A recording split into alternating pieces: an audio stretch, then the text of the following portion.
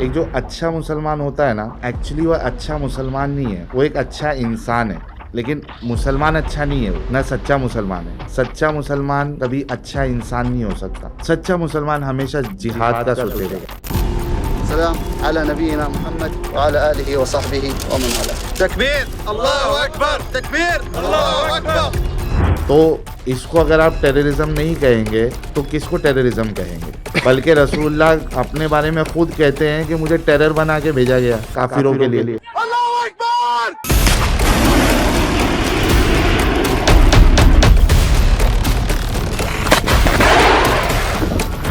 عورتوں کو ہمیشہ نیچا دکھایا اسلام نے۔ اسلام کے حساب سے ایک مرد جو ہے وہ اپنی بیوی پہ ہاتھ بھی اٹھا سکتا ہے۔ كرم المرأة بهذه العقوبة عقوبة الضرب. كيف؟ كرمها بالضرب؟ اي والله مش معقول. كيف؟ قال نبينا صلى الله عليه وعلى اله وسلم ولا تضرب الوجه. شوف كرمها، ان ضربها لا يضربها على وجهها. اسلام کے حساب سے ایک بیوی اپنے شوہر کو سیکس کے لیے منع نہیں کر سکتی۔ آپ صلی اللہ علیہ وسلم نے فرمایا جو عورت شوہر کو قریب نہ آنے دے اور شوہر اس کی وجہ سے ناراض ہو کے سو جائے تو اس عورت پر پوری رات فرشتے لعنت کرتے ہیں۔ بہت شدید وعید ہے۔ زبردستی کیا کرے گا وہ؟ کیا اس کا کیا نقصان کر دے گا اگر وہ زبردستی اس نے کر بھی لیا؟ عورت کا تو کوئی نقصان نہیں ہوتا اس میں۔ نقصان ہوتا بھی کس کا ہے؟ مرد کا نقصان ہوتا ہے، اس کی انرجی خرچ ہوتی ہے۔ سوسائٹی میں اول ایسا ہوتا نہیں ہے کہ مرد زبردستی کرتے ہوں، بہت کم ریشو ہے، اور ایسے مرد کو تو ایوارڈ ملنا چاہیے۔ تو رسول اللہ نے تو اپنے بیویوں کو حیض کے وقت ایک کپڑے سے زیادہ کپڑا نہیں دیا تھا۔ ابھی وہ ایک کپڑے میں خون لگائے، وہ تھوک سے اس کو انگلی سے صاف کر رہی ہے۔ یہ تو حال تھا۔ دیکھیں اسلام آپ کو پیڈوفیلیا کی اجازت دیتا ہے۔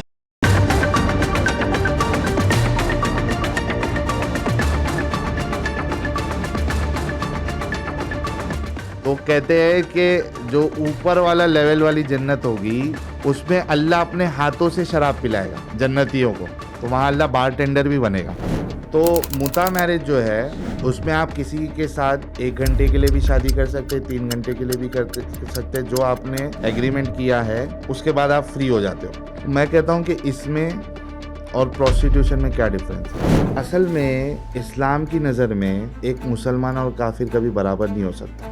تو نان مومن دیش میں یہ لوگ ایکوالٹی کی بات کرتے ہیں، لیکن مومن دیش میں اور اسلام میں ایکوالٹی نہیں ہے۔ آپ ایک 3rd کلاس سٹیزن رہیں گے، آپ نے وہاں پہ گنڈا ٹیکس دینا ہے، آپ نے ذلیل ہو کے رہنا ہے، آپ اپنی نئی عبادت گاہ مندر نہیں بنا سکتے، آپ اپنے مذہب کو پریچ نہیں کر سکتے، آپ ان کی طرح کپڑے نہیں پہن سکتے۔ آپ اگر کوئی مسلمان آتا ہے تو آپ اس کو اپنے گھر پہ رکنے کے لیے جگہ دیں گے۔ یعنی یہ اوقات ہے نان مسلم کی اس دیش میں جہاں پہ 100% شریعہ ہوگا۔